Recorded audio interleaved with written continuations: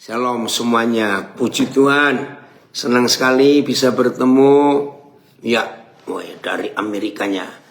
Amang Tampu Bolon, Amerikanya di mana kamu? Oke ya, baik kita belajar. Saya siapkan. Terima kasih Breakthrough Worship mengundang saya untuk boleh berbagi saat ini. Terima kasih Kevin Pastor yang luar biasa. Rafael di mana nih, Vin? Puji Tuhan. Rafaelnya di mana? Sehat. Rafaelnya di mana? Puji Tuhan. Rafael ada di mana Rafael? Ada di bawah, sedang diurus. Oh, ada ngurus ya. Yes. Baik, puji. Sambil urus. Oh, ya udah. Oke, nggak apa-apa. Tugasnya hebat ya, suami ya, papa ya, mbak Tuhan ya, pengajar, semuanya. Baik, puji Tuhan. Hari ini kita akan belajar dari komunitas Breakthrough Worship mengenal Tuhan sebagai Papa, sebagai Ayah. Supaya kita mengalami pemulihan gambar diri, self-image. Oke, saya mulai dengan pemikiran ini kepada semua saudara.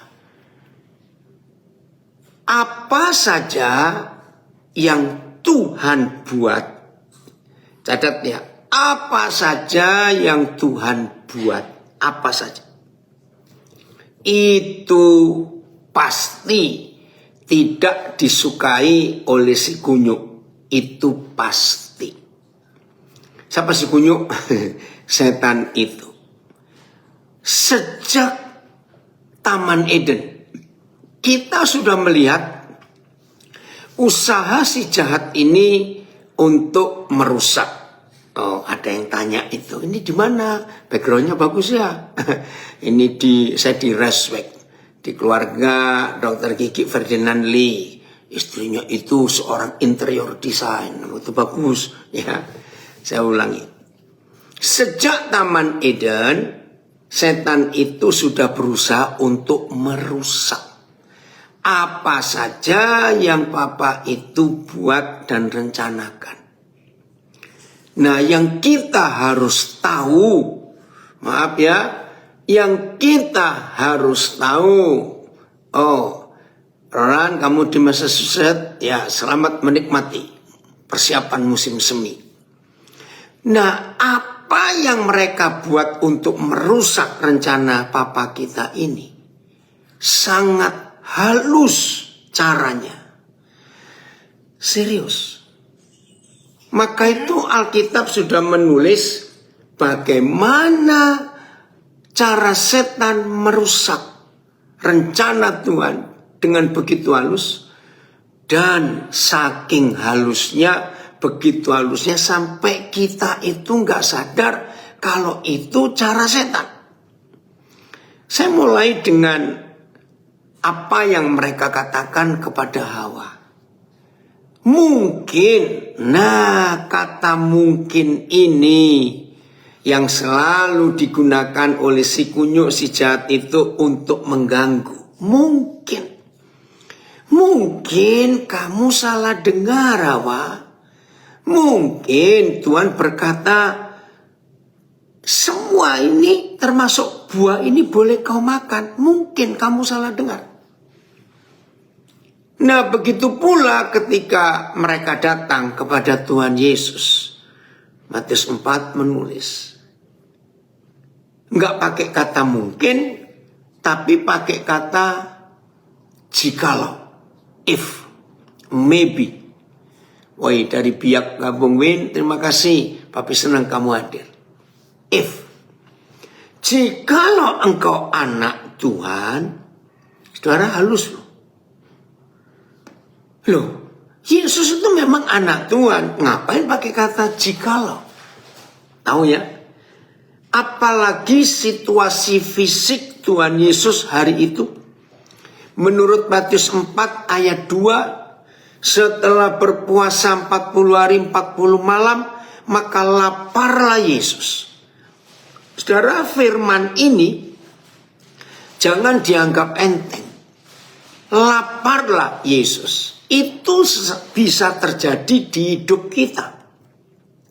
Kalau kita sedang kelaparan, apalagi 40 hari 40 malam tidak makan, dan di panas teriknya padang gurun, sampai hari ini, di tempat Tuhan Yesus pernah dicobai, sampai hari ini, tempat itu masih sama seperti 2000 tahun yang lalu, masih sama. Gak ada pohon. Kalau nggak ada pohon berarti nggak ada rumah, nggak ada pondokan, apalagi warung es, sampai hari ini tidak ada. Nah, Yesus itu manusia normal seperti kita. Jadi waktu lapar karena 40 hari 40 malam tidak makan, tidak minum, panas. Maka istilah psikologi halusinasi.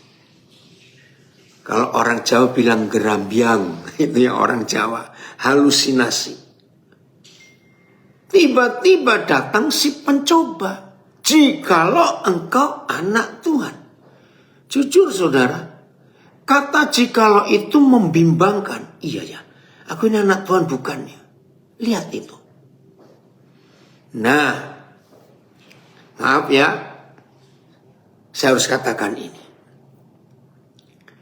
Salah satu yang dibuat oleh iblis mengacaukan semua rencana Bapa kita yang dahsyat itu, justru menggunakan Alkitab. Maaf ya, dengar ya. Untuk merusak, mengacaukan rencana Bapa yang dahsyat itu terhadap kita, gerejanya, umat kesayangannya, anak-anaknya, calon mempelai perempuan Kristus. Cara yang dipakai itu harus menggunakan Alkitab. Maka itu kita terkecoh, maka itu kita tertipu. Karena yang dipakai juga Alkitab. Maaf ya, saya percepat. Nah, saya harap ketika saya menyatakan ini pasti membuat sebagian besar kita kaget. Tapi jangan keluar dulu terus meninggalkan Zoom, Instagram, Facebook ini. Jangan. Ikuti sampai selesai, karena akan mengagetkan kita. Saya ulangi. Untuk menjatuhkan, merusak, menghancurkan rencana Tuhan. Dari Halmahera Utara, Shalom juga, Jelpi. Iblis itu memakai Alkitab untuk merusak rencana Tuhan. Lagi sekali ya, saya dahului dalam nama Yesus, jangan kaget lalu marah, lalu berkata saya sesat, tunggu dulu. Dan jangan keluar ya, yang kaget mendengar pernyataan ini. Apa yang dipakai setan untuk merusak rencana Tuhan yang besar, yang luar biasa. Dan mereka pakai Alkitab. Catat, doktrin gereja. Itu salah satu bentuk penyimpangan, penyelewengan, kerusakan rencana Tuhan atas dunia lewat gereja. Loh, kenapa doktrin? Maaf.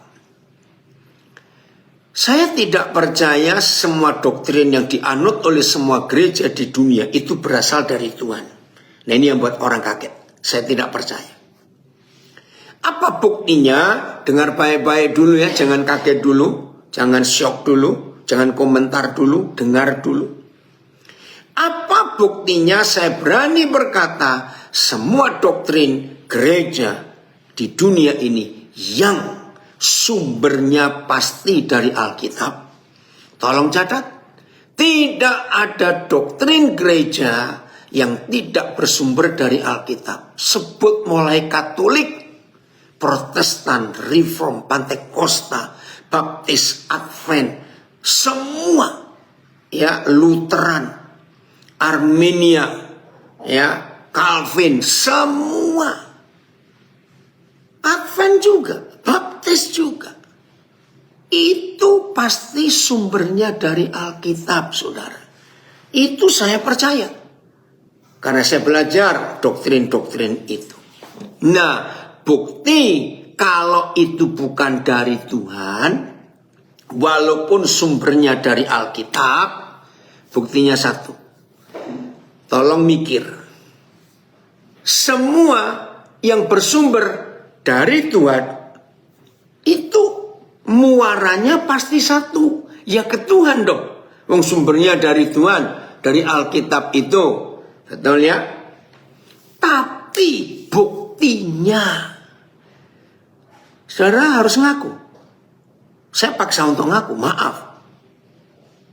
Kalau itu berasal dari Tuhan, maka ujungnya akan sama, kesatuan.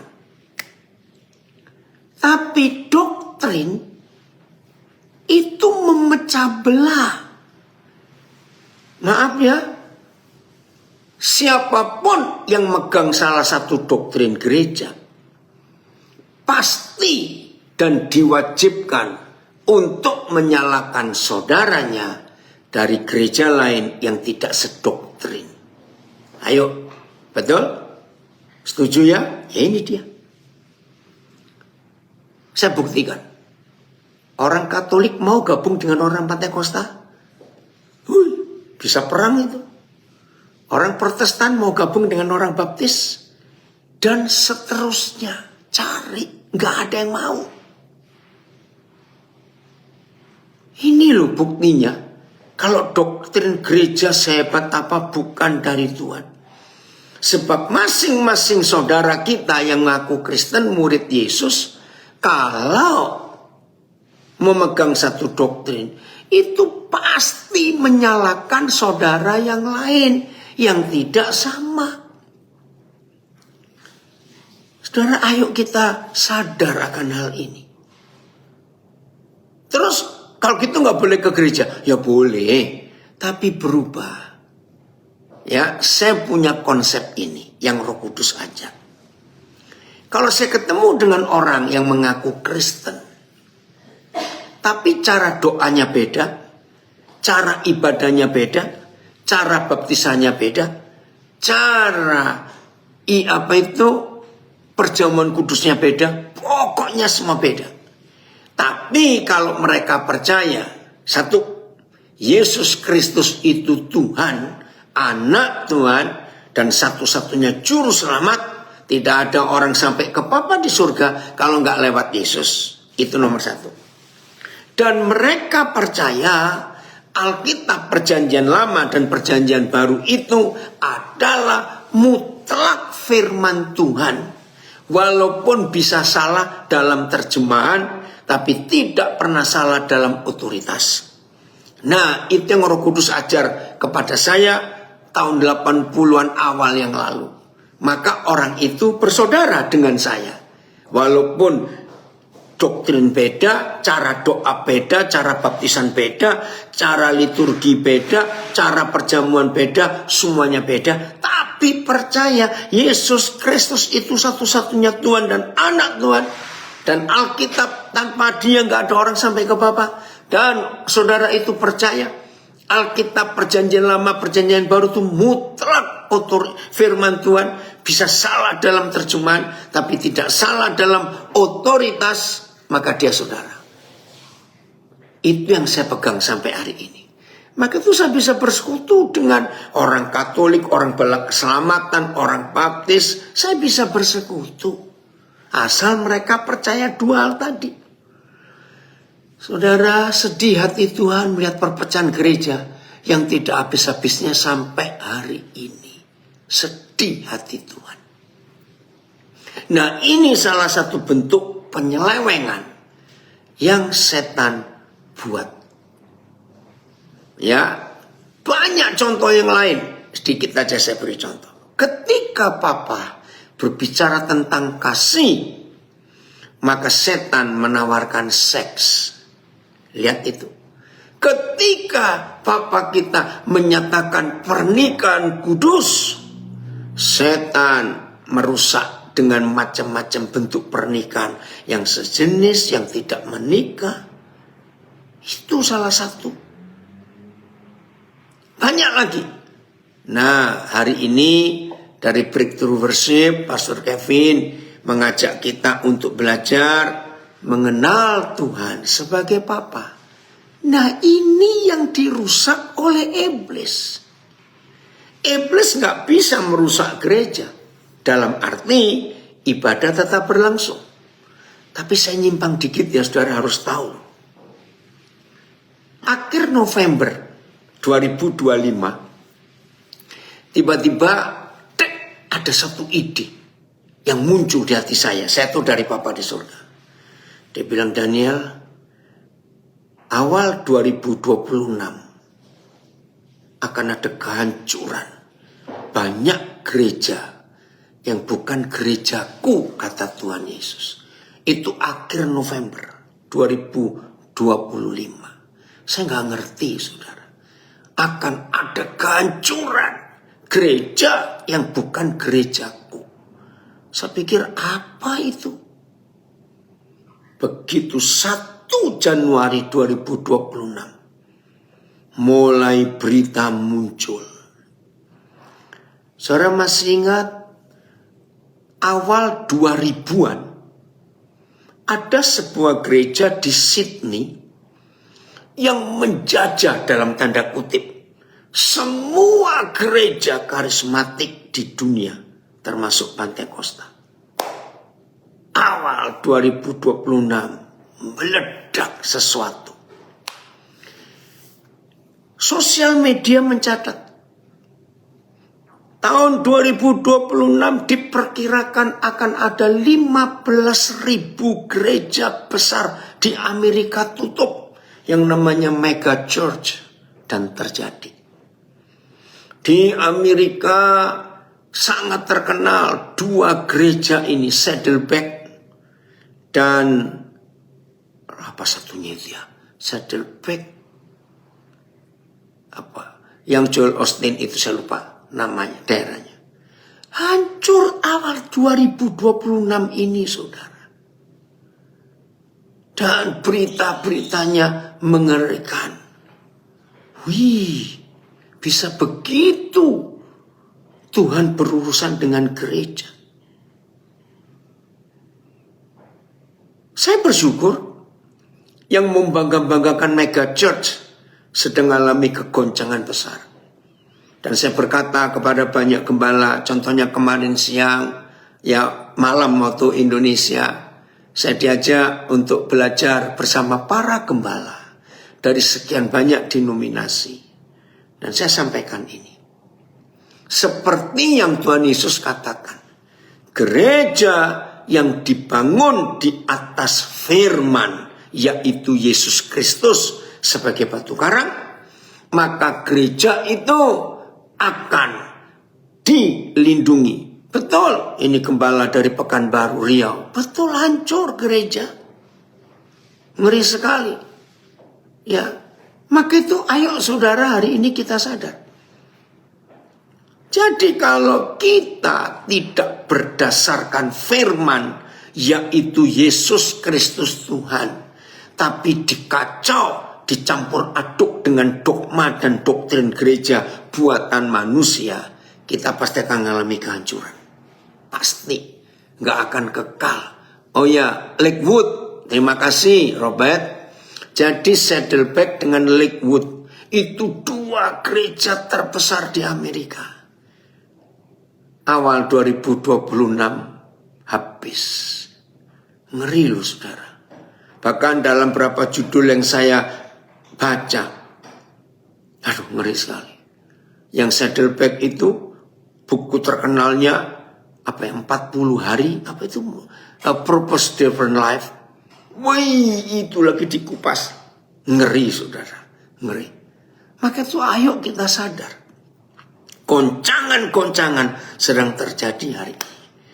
Maka itu terpujilah Tuhan kalau saudara dan saya sampai ada di minggu terakhir bulan kedua tahun 2026 masih tetap kokoh pada firman itu. Pasti kita selamat dan aman. Firman, bukan yang lain-lain. Catat ya. Terima kasih Bapak untuk kemurnian dan pemurnian terjadi. Nah, ini dia. Mengapa Pastor Kevin memilihkan tema ini untuk kita belajar mengenal Tuhan sebagai Papa? Ini sangat luar biasa. Mari kita mulai dengan ayat yang pertama. Ayat yang mengerikan. Malaikat 4 ayat 6. Malaikat 4 ayat 6. Inilah satu-satunya tulisan. Tolong perhatikan. Inilah satu-satunya tulisan yang pernah ditemukan oleh umat manusia. Mengapa bumi bisa musnah? Nggak cuma hancur tapi musnah. Mengapa? Dan ini satu-satunya tulisan yang memberitahu dunia bahwa bumi ini bisa musnah. Bukan karena perang nuklir, bukan karena gempa bumi 10, apa skala Richter, bukan. Bukan karena tsunami, bukan. Bukan karena AIDS, corona, tidak. Bumi musnah dengan cara begitu sederhana penyebabnya. Maka ia akan membuat hati bapak-bapak berbalik kepada anak-anaknya. Dan hati anak-anak balik kepada bapak-bapaknya. Supaya jangan aku datang. Jangan sampai Tuhan datang kembali. Memukul bumi sehingga musnah. Saudara tolong perhatikan, ini satu-satunya tulisan yang pernah ditemukan oleh manusia bahwa untuk memusnahkan bumi seperti ini. Saudara, dalam bulan Januari sampai Februari ini, apalagi hari-hari terakhir ini, aduh, ngeri sekali ya, dunia diambang perang dunia ketiga. Karena Iran ini, wah banyak yang tanya. Saya bilang nggak akan terjadi. Tuhan nggak mau seperti itu, karena Injilnya belum sampai ke semua orang. Jadi yang sempat terpengaruh dengan berita-berita yang menggoncangkan dunia ini, nggak usah takut. Ya, Tuhan akan bekerja, beracara dengan kita dengan kasih. Jadi nggak akan ada ancaman perang itu, lihat aja. Nah ternyata untuk memusnahkan bumi, dari Sydney juga ya, sudah hampir tengah malam ini di Sydney. Kalau kita membaca Malaikat 4 ayat 6, ternyata untuk memusnahkan bumi itu gratis. Kalau pakai perang nuklir seperti ditakutkan banyak orang, Iran ini, biayanya mahal loh saudara. Bayangkan satu rudal nuklir itu harganya bisa berapa triliun rupiah. Mahal. Tapi menurut firman ini, untuk merusak bumi cukup rusak para ayah. Catat yang belum pernah dengar ini. Wih, ngeri sekali. Ternyata bumi ini musnah dengan biaya yang sangat murah, yaitu rusak semua ayah, hancurkan fungsi papa. Bumi ini hancur dengan sendirinya. Saudara, saya mendapat rahasia ayat ini September tahun 84, waktu saya ada di Salatiga. Sejak itu saya menghidupi firman ini untuk melakukan pelayanan pemulihan hati Bapak kepada anak-anak dan hati anak-anak kepada bapaknya. Supaya bumi jangan musnah. Ayo kita perhatikan ini. Ya, ada komen dari Bapak Muhammad Alimuddin. 2 mega church itu yang di Amerika, Lakewood dan Saddleback, tergoncang karena mementingkan bisnis, mamon, bukan jiwa-jiwa. So sad. Betul. Mengerikan. Maka itu gereja yang dibangun di atas uang, gereja dibangun di atas motivasi, motivasi, pembicara motivasi, motivation speaker. Gereja yang dibangun di atas ketenaran nama pendetanya, maka itu hati-hati, yang one man show dalam satu gereja itu cepat hancur. Hati-hati. Nah, ayo kita melihat bagaimana. Nah, maaf ya, dua tokoh penting di dua mega church ini yang di Amerika, justru yang membongkar, yang membuat hancur itu anak mereka, anaknya, saudara. Maka itu kita harus hati-hati dalam hidup ini untuk kita berjaga-jaga. Nah, sekarang kita tahu mengapa hari ini Pastor Kevin minta kita belajar mengenal Tuhan sebagai Papa. Karena ini ayatnya. Oke. Mazmur 103 ayat 12. Mazmur 103 ayat 12. Mengapa kalau peranan Papa, figur Papa itu rusak, anak-anak pasti hancur? Mengapa? Ini jawabannya. Mazmur 103 ayat 12. Anafil? Ya. Oh maaf, ayat 13. Maaf, saya lupa ayat 13, saya salah. 13. Seperti Papa sayang kepada anak-anaknya, demikianlah Yahweh Tuhan sayang kepada orang-orang yang takut akan Dia. Ayat seperti seorang ayah menyayangi anak-anaknya, demikian juga Yahweh menyayangi orang-orang yang takut akan Dia. PS, seperti seorang bapa mengasihi anak-anaknya, begitulah Yahweh mengasihi orang yang takwa. Saudara, ini yang harus tahu. Woi, dari New Jersey ada komen, saya baca ya. Terima kasih Bernard.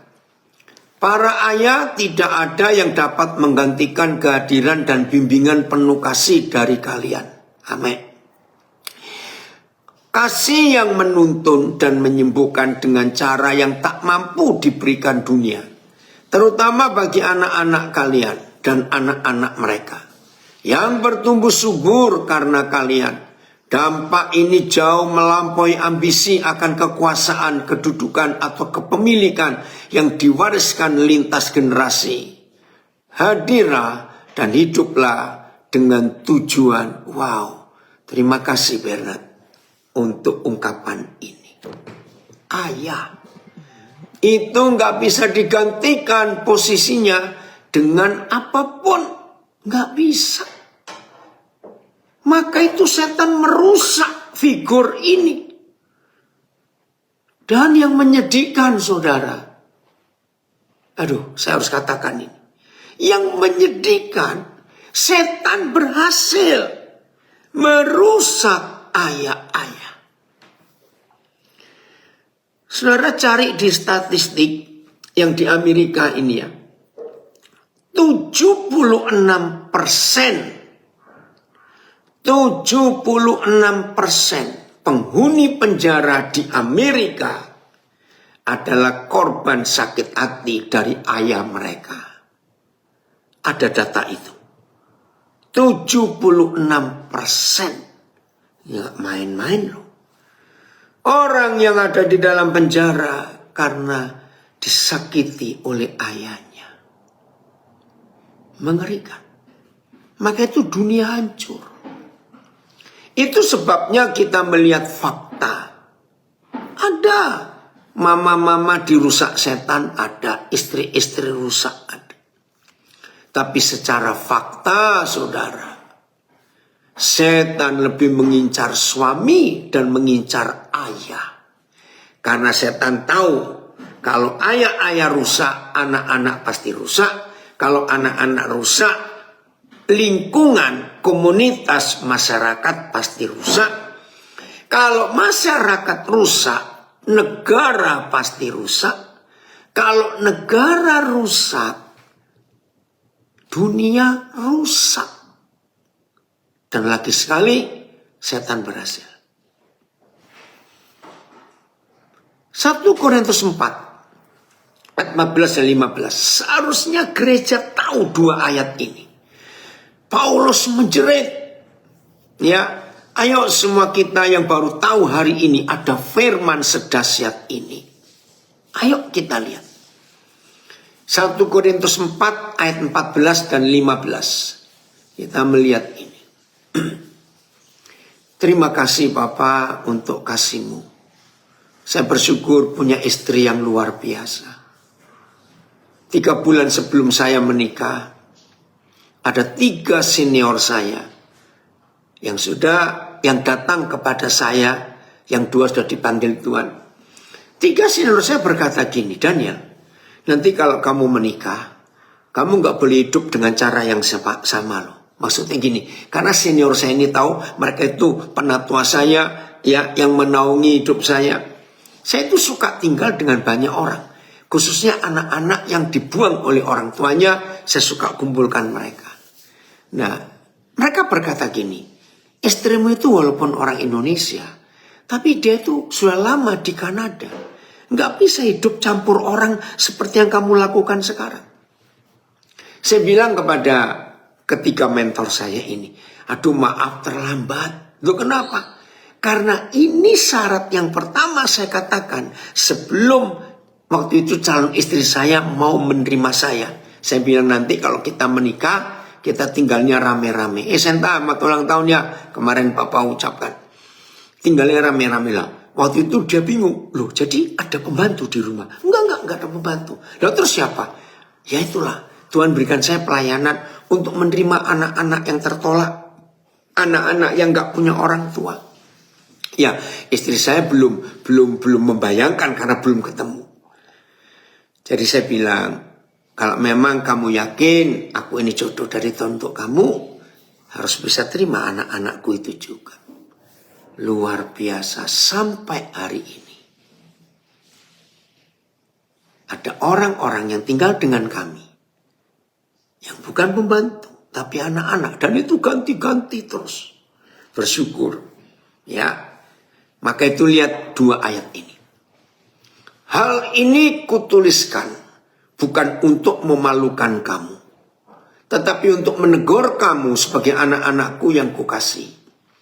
Sebab sekalipun kamu mempunyai beribu-ribu pendidik dalam Kristus, banyak guru dosen hebat di dalam gereja, doktor-doktor teologi, master-master teologi, sarjana-sarjana teologi.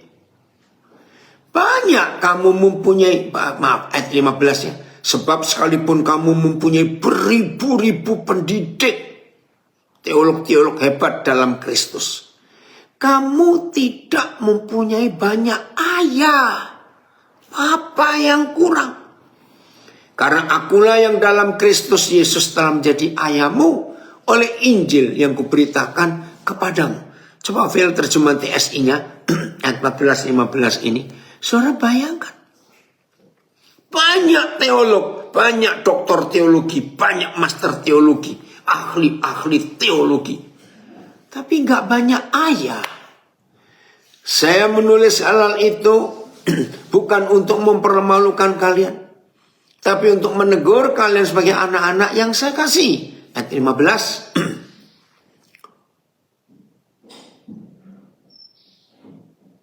Ayat 15.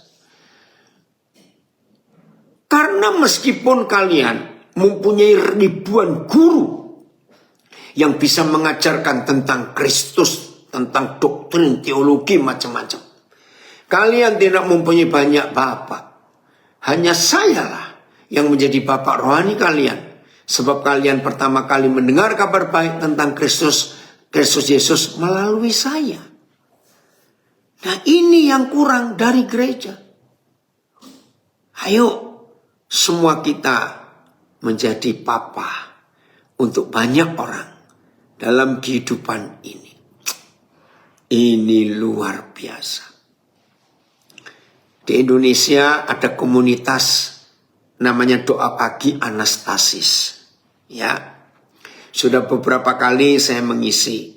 Yang terakhir 17 Februari lalu pas hari pertama tahun baru Imlek. Besok jam 5 WIB. Ya. Narasumbernya salah seorang anak saya yang baru dilantik bergelar doktor tanggal 22 Januari yang lalu. Namanya Dr. Arif Rahman Hakim, Muslim saudara. Nah dia ditinggal oleh ayahnya. Saya bertemu dia lewat salah seorang dosennya waktu dia kuliah S2. Dan dosennya itu Dr. Hari Nenobais, anak rohani kami juga. Ringkas cerita, ini anak luar biasa. Nah, cari besok ya jam 5 subuh. Doa pagi Anastasis. Nanti Arif akan jadi narasumber Muslim. Ketika Tuhan memberikan banyak anak, saya tidak pernah tanya latar belakang, pendidikan, sosial, macam-macam. Saya nggak pernah tanya sukunya, agamanya, tidak. Prinsip saya pokoknya dia orang. Puji Tuhan. Nah ini contohnya. Ternyata kalau gereja bisa menyatakan Tuhan itu Papa, maka bumi nggak akan musnah. Oh terima kasih. Maka itu ayo kita sibuk. Nah inilah temanya. Satu ayat lagi tentang Papa, nanti kita masuk pada pemulihan gambar diri. Suatu kali saudara, saya itu berpikir begini. Soal lama ini ya. Saya melihat para anggota polisi, aparat keamanan. Itu kasihan dalam tugas-tugasnya. Ngurusin kriminal, penjahat-penjahat itu ya, narkoba dan macam-macam lagi. Tiba-tiba saya tuh ada belas kasihan. Kasihannya mereka itu, kapan ya Tuhan, bumi ini nggak ada kejahatan. Tiba-tiba masuk ada ide, dan saya percaya ide ini ada di semua hati kita. Ternyata saudara, hanya ada satu jawaban. Dunia tidak ada kejahatan, dosa tidak laku. Wah itu kan keren. Kalau dosa tidak laku kan keren. Dunia tidak ada kejahatan, dosa tidak laku. Itu cuma satu penyebabnya. Kalau semua manusia bisa menikmati rasa puas, cukup dalam hidupnya. Kalau manusia itu bisa merasa cukup, bisa merasa puas dalam hidupnya, maka dosa tidak laku. Oh sebelum saya lupa, Bernard kalau masih ada di FV Koden, Bernard bisa nggak sesekali bagi berkatnya untuk saudara-saudara kita warga binaan, para inmate di Indonesia, itu adanya Senin, Rabu, jam 8 WIB, dan kalau Jumat, jam 9 WIB, Senin, Rabu, kalau Jumat itu 8.30 WIB. Bernard kalau bisa sharing untuk mereka, ya kan Bernard berapa kali ngikutin Koden juga, itu kan baik sekali. Supaya ada warna lain, poin yang ngisi dari Amerika. Bernard mudah-mudahan masih ada ya. Oke Filipus, kalau Pak Bernard ini bisa, wah akan indah pelayanan kita di penjara. Oke saya lanjutkan. Dan ini sungguh-sungguh luar biasa. Kalau manusia bisa menikmati rasa puas, cukup, lengkap, kenyang, komplit, content, enough. Waduh saudara, satisfy. Dosa itu nggak laku. Nah ketika muncul itu, ya betul juga ya. Kita lihat ini ayatnya. Oh Filipus hebat, langsung tahu. Yohanes 14 ayat 8. Saudara, satu-satunya tulisan di dunia. Satu-satunya loh. Ya, buku apa saja tidak ada yang pernah bisa menulis. Kapan seorang manusia itu bisa merasa puas, cukup, kenyang hidupnya? Ternyata ini loh. Suatu hari kata Filipus kepada Tuhan Yesus. Yohanes 14 ayat 8. Tuhan, tunjukkanlah Bapa itu kepada kami. Itu sudah cukup bagi kami. Puas, kenyang. BIS, Maka kata Filipus kepada Yesus, Tuhan, tunjukkanlah Bapa kepada kami supaya kami puas. Luar biasa. TSI. Maaf. Kemudian Filipus berkata kepada Yesus, kalau begitu Tuhan, tunjukkanlah Bapamu itu kepada kami. Hanya itulah yang kami inginkan. Bayangkan saudara, nggak ada yang lain. Hebat ya, AVB. Filipus berkata kepada Yesus, Tuhan, tunjukkanlah Bapa kepada kami supaya puaslah hati kami. Nah saudara, setelah kita tahu tulisan ini, ternyata tidak ada benda apapun, barang apapun,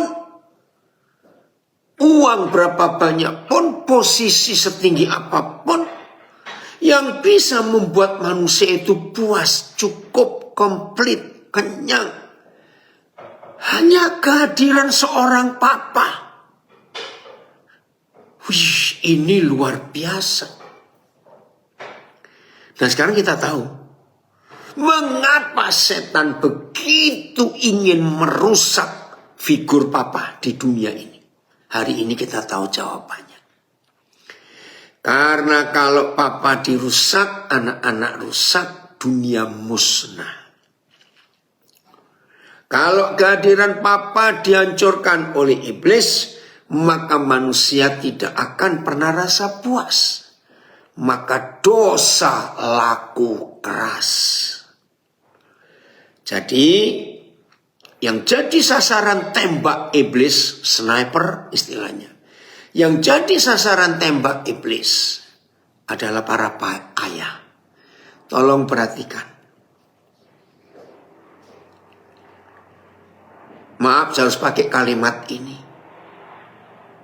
Satu-satunya penyebab mengapa tidak sedikit anak pendeta rusak dan hancur hidupnya. Saya ulangi. Satu-satunya penyebab mengapa ada anak-anak hamba Tuhan kacau rusak hidupnya. Karena hamba Tuhan itu gak jadi papa dan suami yang baik di rumah. Walaupun hamba-hamba Tuhan itu pandai khotbah, tapi kalau gak jadi papa yang benar, rusak. Tahun 78, saya dapat kesempatan 9 bulan belajar bersama seorang senior hamba Tuhan, masih hidup sampai hari ini, tapi umur hampir 90 tahun. Tadinya dia seorang dokter medis di Magetan, tapi terima panggilan Tuhan, lalu jadi gembala besar di Surabaya. Namanya Gereja Bukit Zaitun. Dan nama gembalanya Pendeta Yusuf BS. Tahun 78, 9 bulan. Full, saya ikut belajar bersama dengan hamba-hamba Tuhan muda yang lain. Nah, salah satu pelajaran saya masih ingat sampai hari ini. Kalau ada anak-anak hamba Tuhan gak mau dengar khotbah bapaknya, cuma satu, bapaknya gak jadi berkat waktu di rumah. Bapaknya hanya pinter khotbah. Maka anak-anak gak akan respect kepada hamba Tuhan seperti ini. Saudara, ayo hari ini kita bertobat. Ini loh pentingnya seorang ayah menyatakan kasih sayang. Dan maaf, tadi ada 3 saya lupa. 1, dunia musnah, bumi musnah karena ayah rusak. 2, manusia sulit kenal Tuhan sebagai ayah kalau ayah tidak jadi ayah yang baik. Itu di Mazmur 103 ayat 13. Karena setiap orang yang akan berdoa sesuai ajaran Tuhan Yesus, pasti doanya Bapa kami yang di surga. Nah, ketika manusia-manusia ini dari kecil mengalami perlakuan tidak baik dari ayahnya, apalagi menyakiti, menghancurkan. Maka ketika anak-anak ini atau orang-orang ini panggil papa, ada pribadi ini lagi, gak akan ketemu. Karena Tuhan menggambarkan dirinya sebagai seorang papa yang baik. Tapi papa dirusak setan. Maka anak-anak atau orang-orang ini gak bisa kenal papa di surga. Yang ketiga, Yohanes 14 ayat 8. Dunia menjadi neraka karena banyak anak-anak tidak puas. Karena papanya gak hadir. Tapi kalau papa-papa hadir, anak-anak puas, dosa tidak laku. Ingat ya, 3 hal ini. Ayo hari ini kita berubah. Lalu bagaimana dengan anak-anak yang dilukai papanya? Maka itu para gembala, para pemimpin, kakak-kakak rohani, wakilkan diri kita menjadi papa mereka. Supaya anak-anak sembuh.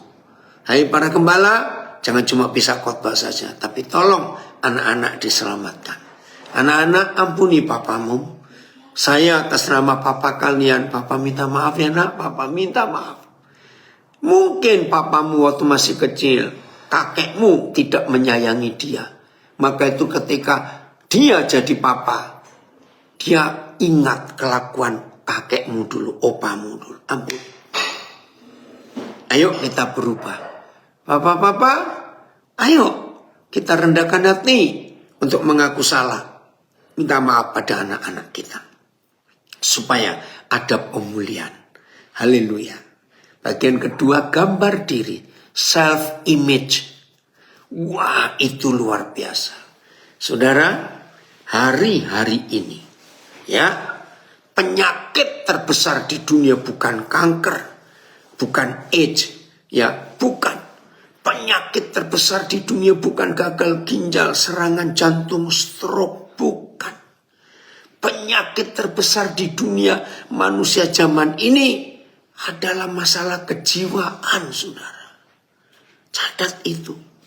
Gangguan kejiwaan, gangguan mental. Ngeri loh. Berapa tahun yang lalu di Jakarta ada statistik.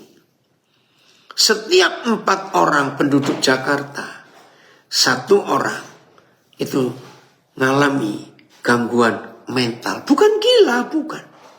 Nah, ada berapa alasan yang di Jakarta ini ya. 1, tekanan hidup yang begitu berat. Tuntutan tanggung jawab.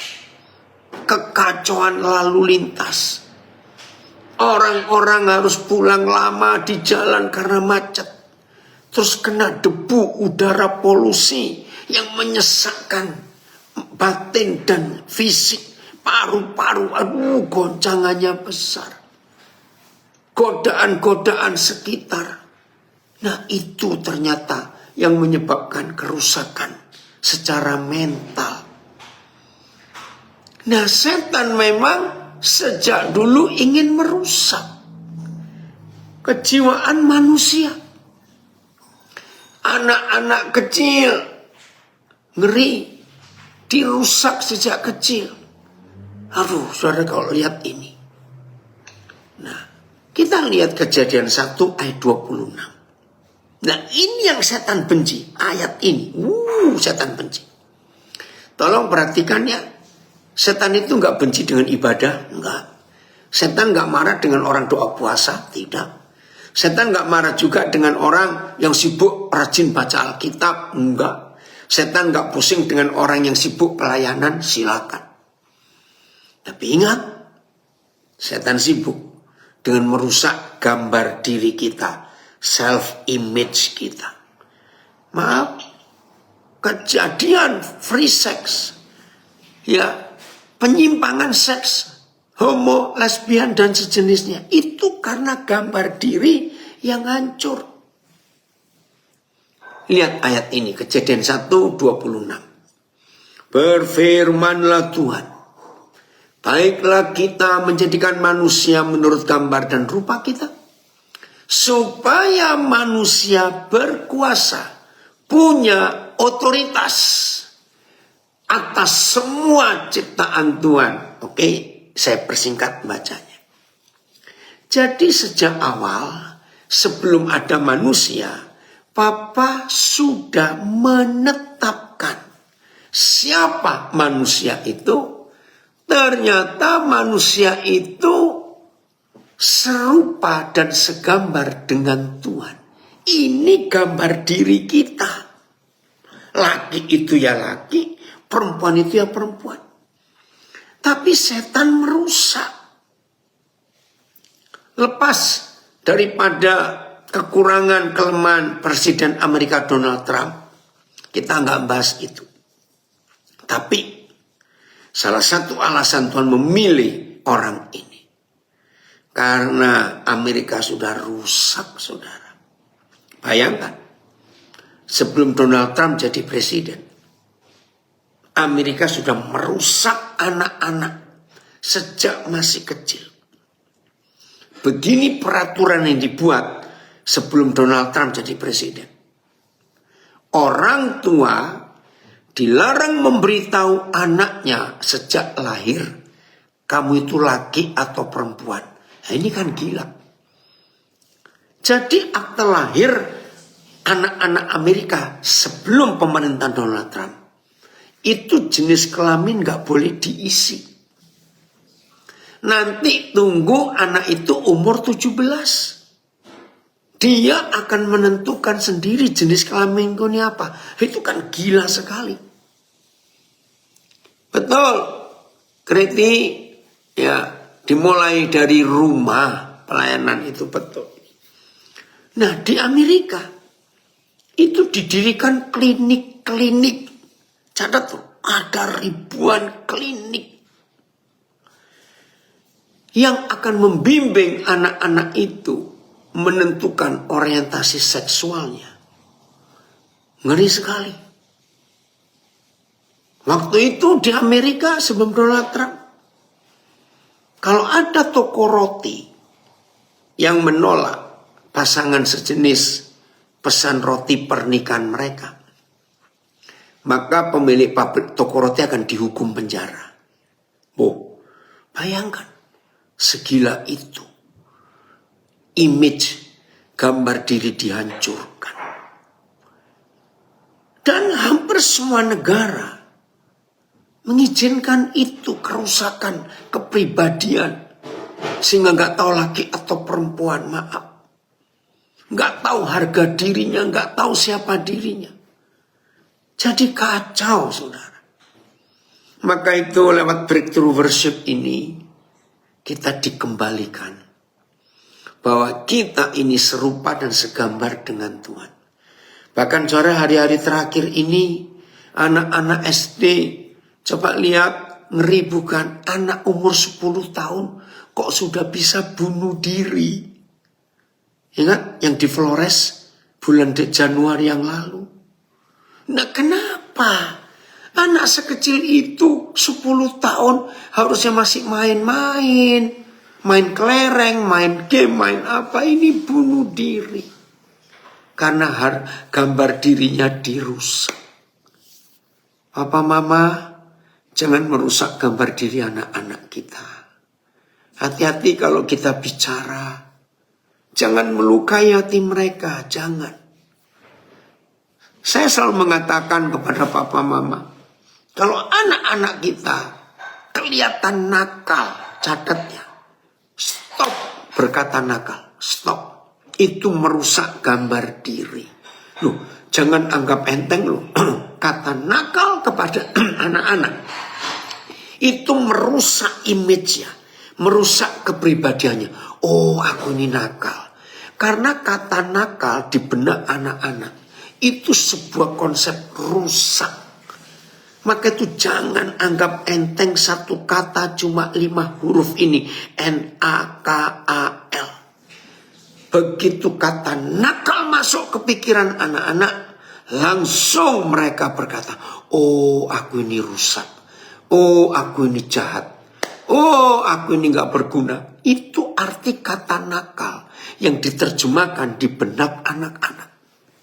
Lalu kalau kita melihat mereka bertingkah laku seperti itu, katakan begini, nak, kamu sedang membuat eksperimen apa? Nah, kan keren kalau kata eksperimen kita berikan, bukan nakal. Serius. Saudara, semua anak di bawah 10 tahun. Tolong dicatat. Supaya kerusakan harga gambar diri manusia itu dimulai di rumah.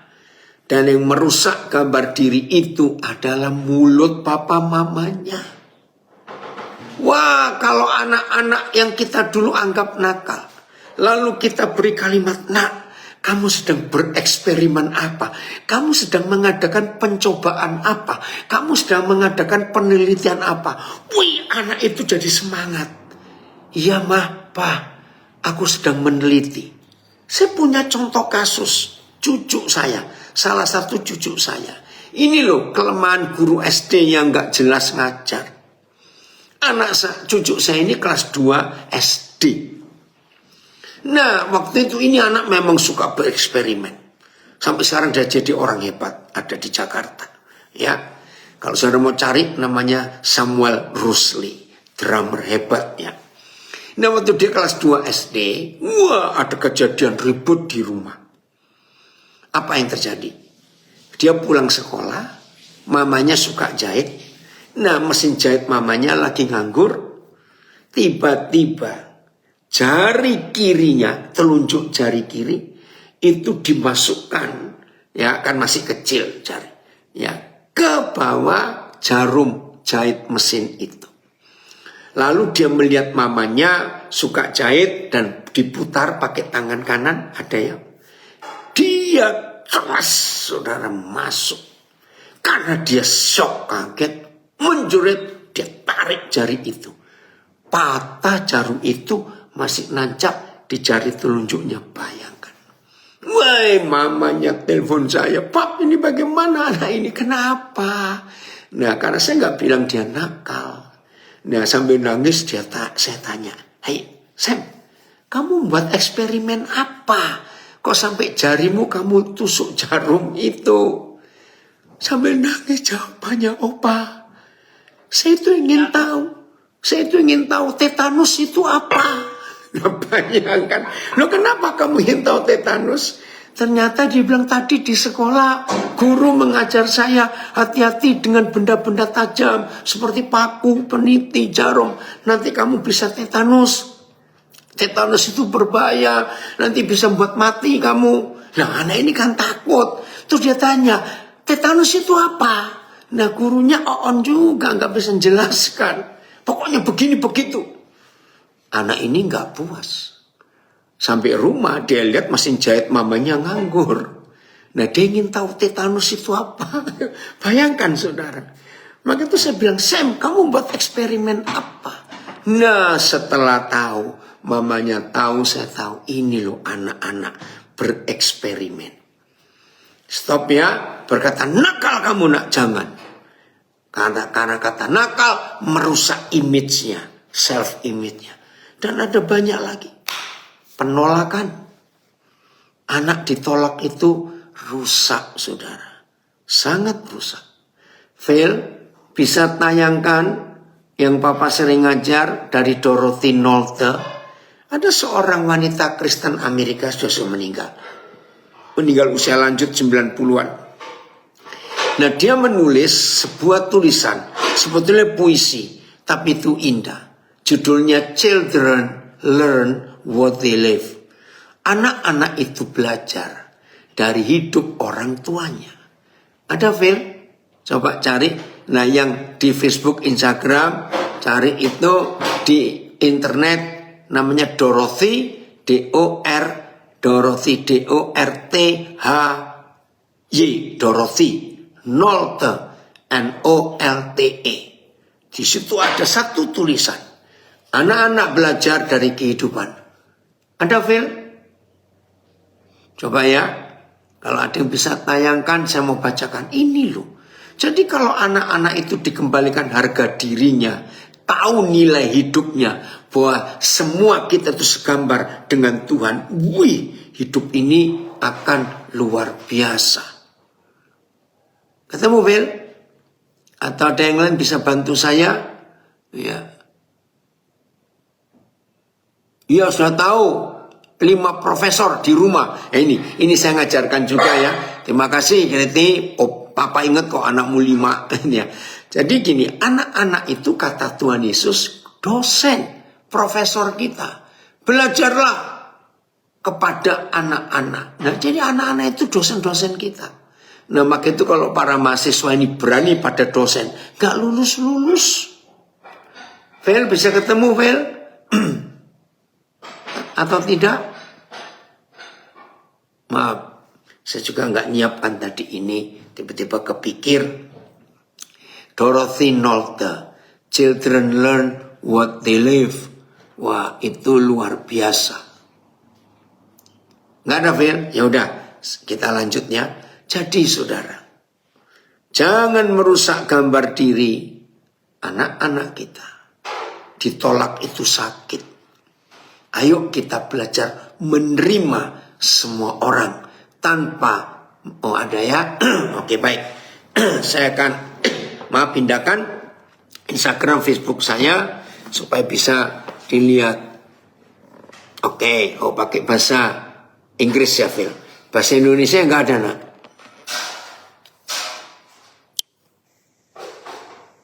Nggak apa-apa kalau nggak ada bahasa Indonesianya, Phil. Bapak kan baca bahasa Inggrisnya.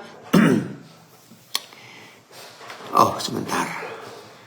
Kelihatan jelas ya. Oke, sebentar.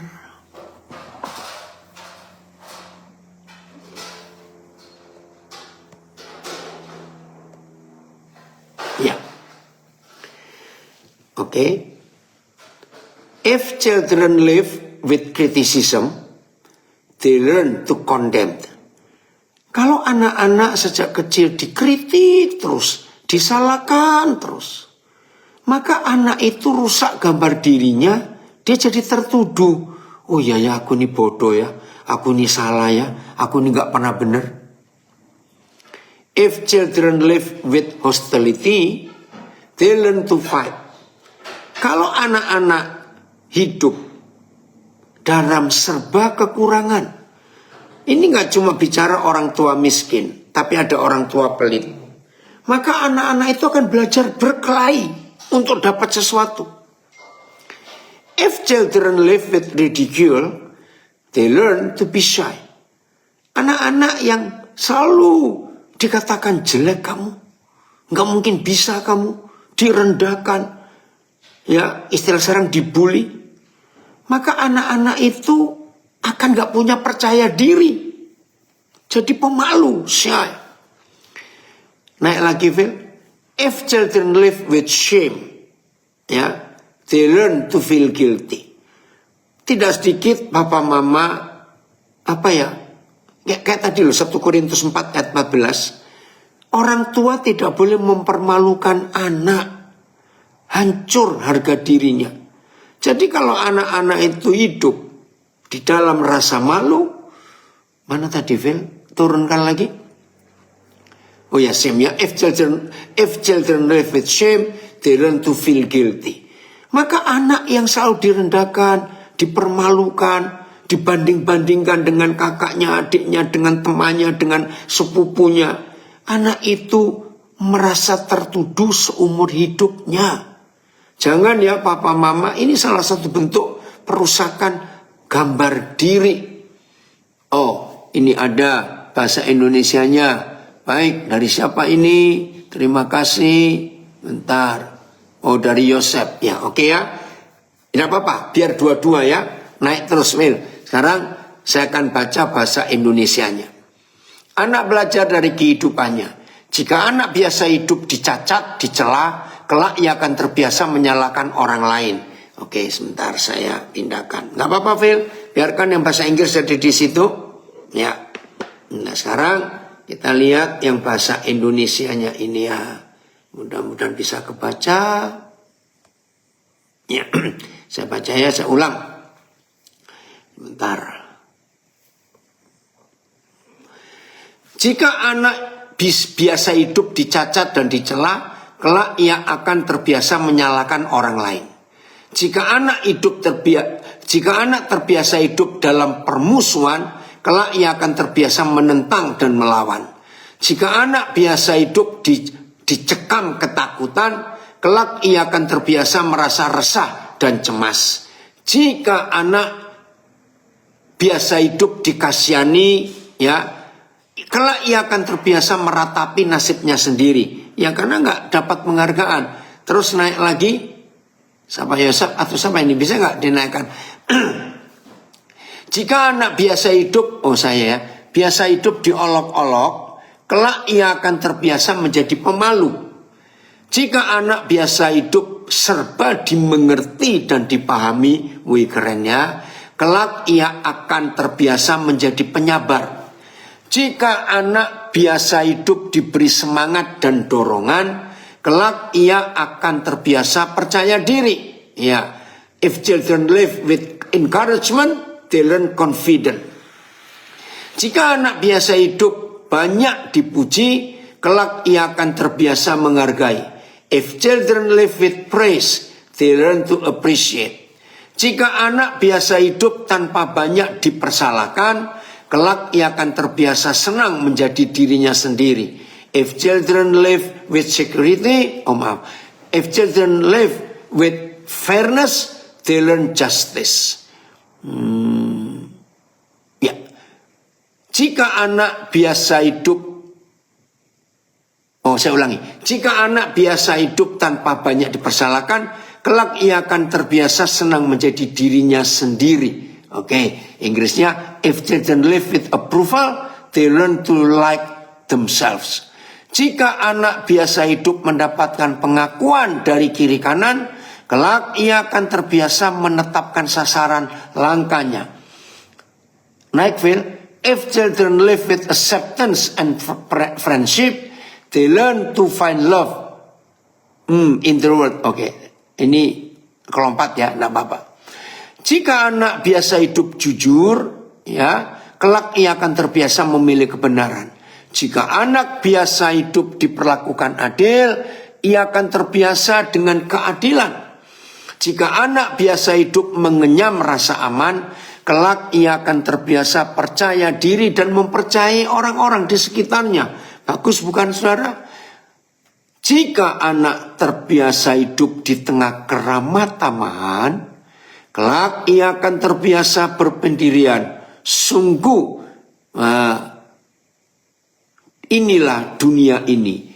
If children live, with acceptance and friendship, they learn to find love in this world. Ada yang komen, kalau terlalu banyak dipuji, bukannya nanti malah cepat berpuas diri. Nah, semua yang ada kata terlalu itu merusak. Jangan, kalau memang nggak waktunya untuk dapat pujian, ya jangan dipuji. Itu akan merusak. Nah, saudara, jadi self image kita, gambar diri kita, itu sangat ditentukan lingkungan kita. Maka itu lakukan semua firman. Maka kalau semua kita melakukan firman, maka hidup ini betul-betul akan nyata, indah, bumi jadi seperti surga. Keren ya? Nah, itulah hidup yang Tuhan berikan kepada kita. Maka itu mulai hari ini masing-masing kita harus tahu bagaimana cara kita hidup melakukan, anak-anak kita melakukan, suami kepada istri, istri kepada suami, anak kepada orang tua kepada anak, sesama kita, baik dalam komunitas gereja, komunitas pekerjaan, komunitas apa saja. Ayo saling menghargai. Ya, ayat terakhir Roma 15 ayat 7. Roma 15 ayat 7. Dan inilah salah satu obat untuk memulihkan self image atau gambar diri. Roma 15 ayat 7. Puji Tuhan, ini luar biasa. Roma 15 ayat 7. Ya, sabar dulu. Roma 15 ayat 7. Sebab itu, ini permintaan Tuhan. Sebab itu terimalah satu akan yang lain. Acceptance, penerimaan. Sama seperti Kristus juga telah menerima kita untuk kemuliaan Tuhan. Haleluya. TSI-nya. Jadi karena Kristus sudah menerima kalian sebagai umatnya, hendaklah kalian juga saling menerima sesama saudara-saudara seiman, supaya Tuhan dimuliakan. Saudara, saya nggak tahu ya, apa maksudnya, idenya.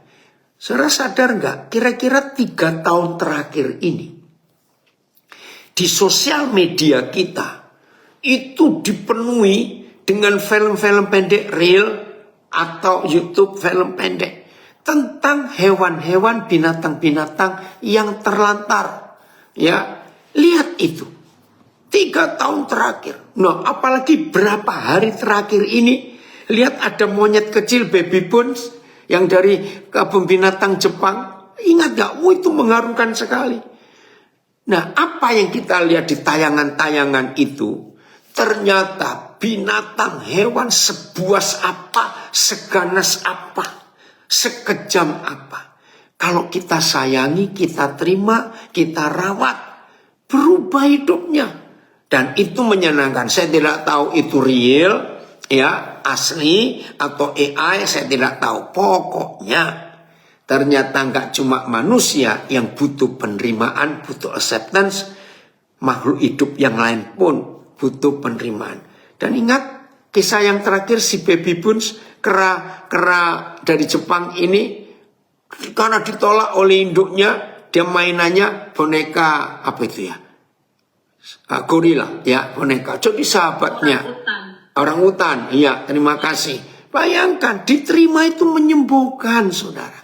Maka ayo kita menerima semua orang tanpa kita melihat latar belakangnya. Kita menerima semua orang seperti Tuhan Yesus sudah menerima kita. Standarnya adalah Yesus menerima kita. Dan ingat, waktu Yesus menerima kita, nggak pakai percobaan 3 bulan, mandi dulu, ganti dulu, enggak. Ya, dia terima kita apa adanya. Keren ya? Terima kasih Pastor Kevin memberikan kita waktu untuk belajar mengenal Tuhan yang berhati Bapa dan memulihkan gambar diri kita. Ayo, yang patah semangat, yang pernah dibully, yang pernah direndahkan, bangkit. Jangan terpuruk. Harga diri saudara dan harga diri saya itu senilai Tuhan sendiri. Karena Dia menciptakan kita serupa dan segambar dengan dirinya.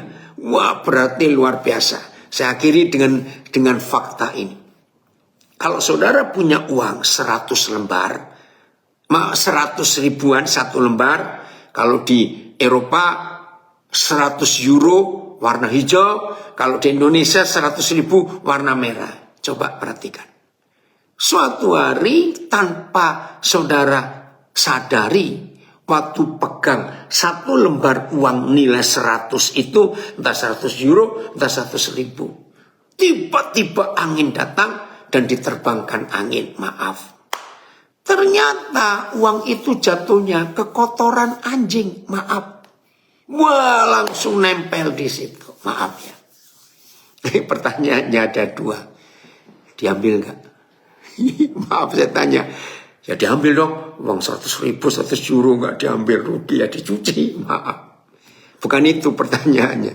Yang kedua, apakah nilai uang ini turun jadi 70 ribu atau 70 euro setelah kena kotoran anjing? Jelas tidak. Nilainya sama. Inilah rahasia yang Tuhan berikan. Harga diri kita, self-image kita, itu nggak pernah berubah dimanapun kita ditempatkan. Karena nilai gambar diri kita adalah serupa segambar dengan Bapa di surga. Ayo bangkitkan semangat semua orang yang sempat hancur hidupnya karena konsep yang salah. Tuhan memberkati kita semuanya. Ayo kita kembali jadi papa-papa yang baik. Anak-anak, ampuni papa mama. Ayo kita semuanya berubah. Tuhan Yesus memberkati. Maka kalau ini kita kerjakan, betul-betul bumi jadi seperti surga. Haleluya.